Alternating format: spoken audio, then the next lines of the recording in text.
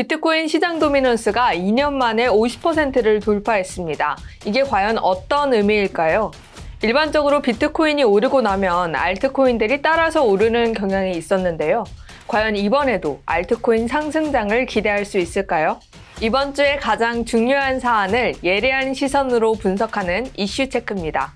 비트코인 도미넌스가 50%를 넘었다는 게 어떤 의미일까요? 지금 보시는 차트는 코인마켓캡 기준 비트코인 도미넌스를 가지고 온 차트입니다. 여기 보시면요, 이 당시에는 비트코인이 탄생한 초기였기 때문에 지금처럼 알트코인의 종류가 그렇게 많지 않았습니다. 그래서 비트코인 시장 점유율이 압도적인 점을 확인할 수 있죠. 저희가 주목해야 할 부분은 최근 2년입니다. 이 시기를 보시면요, 비트코인 도미넌스가 계속 40%대에 머물러 있었다는 점을 확인할 수 있습니다. 지금 현 시점이 가장 높죠. 왜 이렇게 높아졌을까요? 우선 최근에 비트코인 관련해서 많은 호재가 있었습니다. 가장 먼저 따끈따끈한 소식이죠. 마이크로 스트래티지가 SEC에 제출한 문서입니다. 바로 어제 제출을 했는데요. 여기 보시면 2023년 4월 29일부터 6월 27일까지 바로 엊그제까지입니다.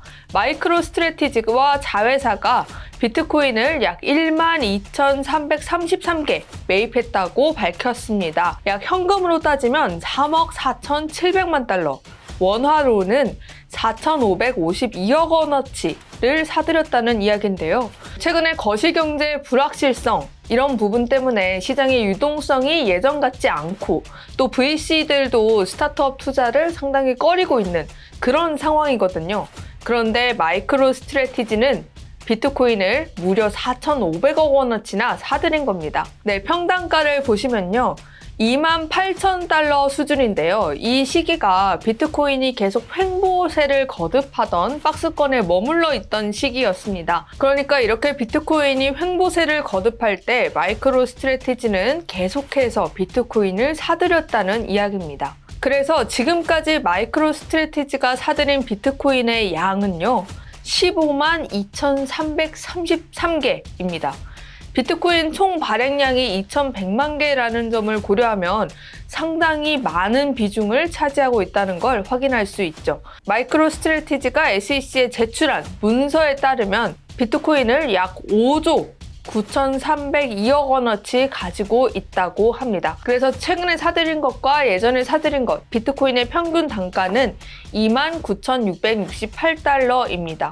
6월 29일 오전 9시 50분 코인마켓캡 기준 비트코인은 약 3만 달러에서 거래가 되고 있습니다. 지금 비트코인 가격을 봤을 때 마이크로 스트래티지가 그렇게 큰 수익을 내고 있는 시점은 아니라고 볼 수 있습니다. 다만 물론 보유하고 있는 비트코인 양이 많아서 조금만 수익이 나도 큰 수익을 기대할 수 있다는 점은 확실해 보입니다.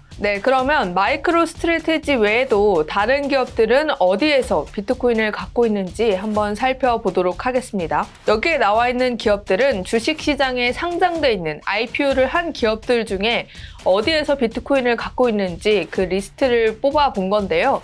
마이크로 스트래티지 같은 경우에는 지금 최근에 비트코인 매입한 내용이 반영이 안 돼 있습니다. 여기에다가 최근에 사들인 비트코인 개수까지 더하면 마이크로 스트래티지는 정말 압도적으로 많은 양의 비트코인을 갖고 있다는 점을 확인할 수 있습니다. 이어서 테슬라도 비트코인을 여전히 갖고 있고, 마라톤 디지털 홀딩스나 헌트, 에잇, 마이닝 그룹 같은 경우에는 비트코인 채굴 기업이죠. 그래서 비트코인을 상당히 많이 갖고 있는 점을 보실 수 있습니다. 그리고 여기에 익숙한 기업도 눈에 띕니다. 넥슨이 전 세계 상장되어 있는 기업들 중에서는 12번째로 비트코인을 많이 갖고 있다는 점도 확인할 수 있습니다. 넥슨은 일본 시장에 상장이 돼 있죠.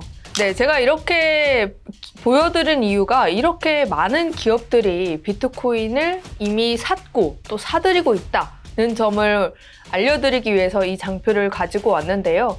이런 기업들뿐만 아니라 국가들에서도 비트코인을 갖고 있다라는 점이 드러나서 또 보여드리고자 합니다. 네, 이 자료는 참고만 하시라고 가지고 왔습니다. 왜냐하면은 여기에 미국이 빠져 있어서 얼마 전에 나온 소식에 따르면 또 미국 정부가 비트코인을 암호화폐를 많이 가지고 있다 이런 이야기도 있거든요. 그래서 참고만 하시면 좋을 것 같은데요. 이렇게 보시면 중국, 우크라이나, 그리고 엘살바도르, 핀란드, 조지아 같은 정부에서 비트코인을 갖고 있다, 보유하고 있다, 이 점을 확인하시면 좋을 것 같습니다. 또 엘살바도르 같은 경우에는 비트코인을 법정화폐로 채택을 한 국가이기도 하죠. 그리고 중국은 공식적으로는 비트코인 채굴을 비롯해서 가상자산 거래를 금지하고 있지만 이렇게 정부는 비트코인을 많이 갖고 있다, 이런 부분도 참고하시면 좋을 것 같습니다. 이 수치나 혹은 국가에 대한 정확한 데이터라고 보기는 조금 어려울 수 있으니 참고만 하시면 좋을 것 같습니다.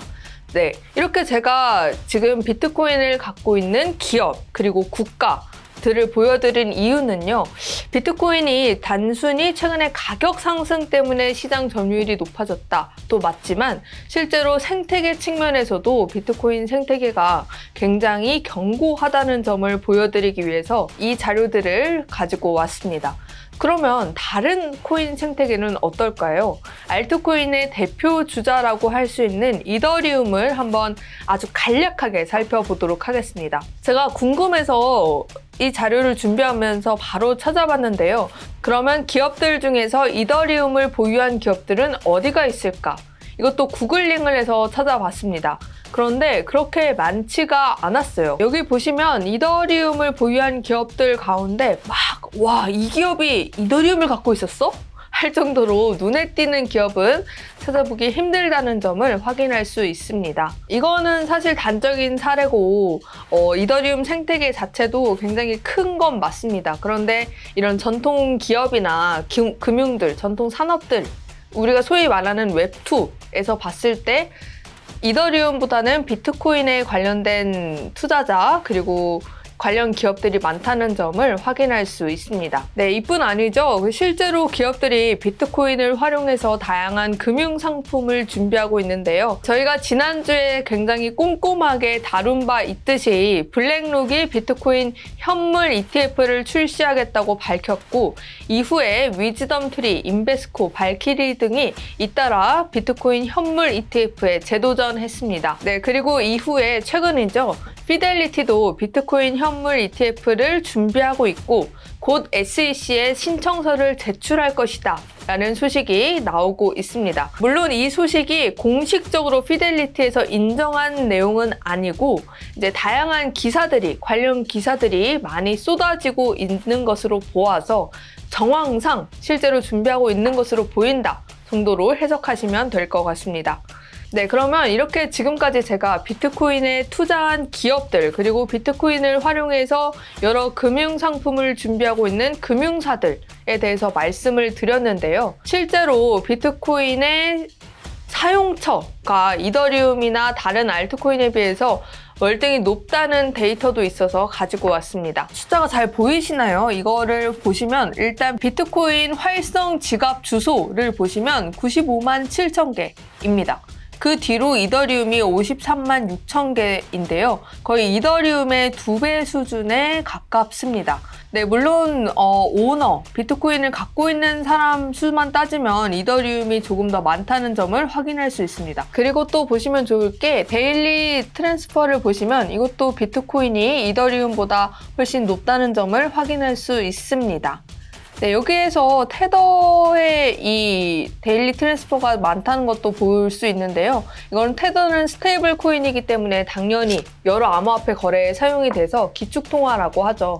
그래서 아마 이렇게 사용량이 높은 것으로 보입니다. 그러면 저희 처음에 보여드렸던 비트코인 도미넌스 차트로 다시 돌아가 볼까요? 네, 일반적으로 비트코인 도미넌스가 높아진 후에는 알트코인 가격이 오르는 경향성을 띄었습니다. 쉽게 말씀드리면 비트코인 가격이 오르면 처음에 막 오르다가 다른 알트코인들도 따라서 오르는 거죠.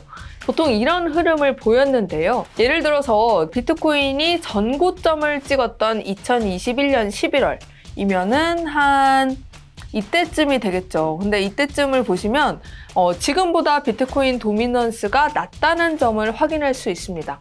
비트코인이 전고점을 찍었는데 어떻게 도미넌스가 낮을 수 있냐고요? 그거는 다른 알트코인들의 상승률이 상대적으로 더 높았기 때문입니다. 즉, 비트코인이 오르기 시작하니 후행적으로 알트코인들도 따라서 올랐다는 점을 보여주는 거죠. 자, 그러면 이번에도 그런 움직임을 기대할 수 있을까요? 이 부분에 대해서는 살짝 물음표가 찍힙니다. 네, 이 방송을 시청하시는 분들이라면 아마 다들 잘 알고 계실 겁니다. 지금 미국 증권거래위원회가 바이낸스와 코인베이스를 증권법 관련 혐의로 제소하면서 이들 거래소에서 거래되고 있는 알트코인 19종을 증권으로 분류했습니다. 네, 이 기사에는 지금 12개라고 나와 있는데 추후에 합쳐서 7개가 포함돼가지고 총 19개 알트코인을 증권이라고 SEC가 주장을 하고 있습니다. 네, 그래서 이런 움직임을 봤을 때 과거처럼 비트코인이 올랐다고 해서 알트코인들이 따라서 상승하는 움직임을 보일지는 조금 더 지켜봐야 할 것으로 보입니다. 네, 지금까지 비트코인 도미넌스 상승의 의미, 그리고 알트코인 상승의 가능성에 대한 제 분석을 전달해 드렸습니다. 네, 앞으로도 여러분이 투자에 참고하실 수 있도록 예리한 분석 가져오도록 하겠습니다. 지금까지 디센터 도예리 기자였습니다. 감사합니다.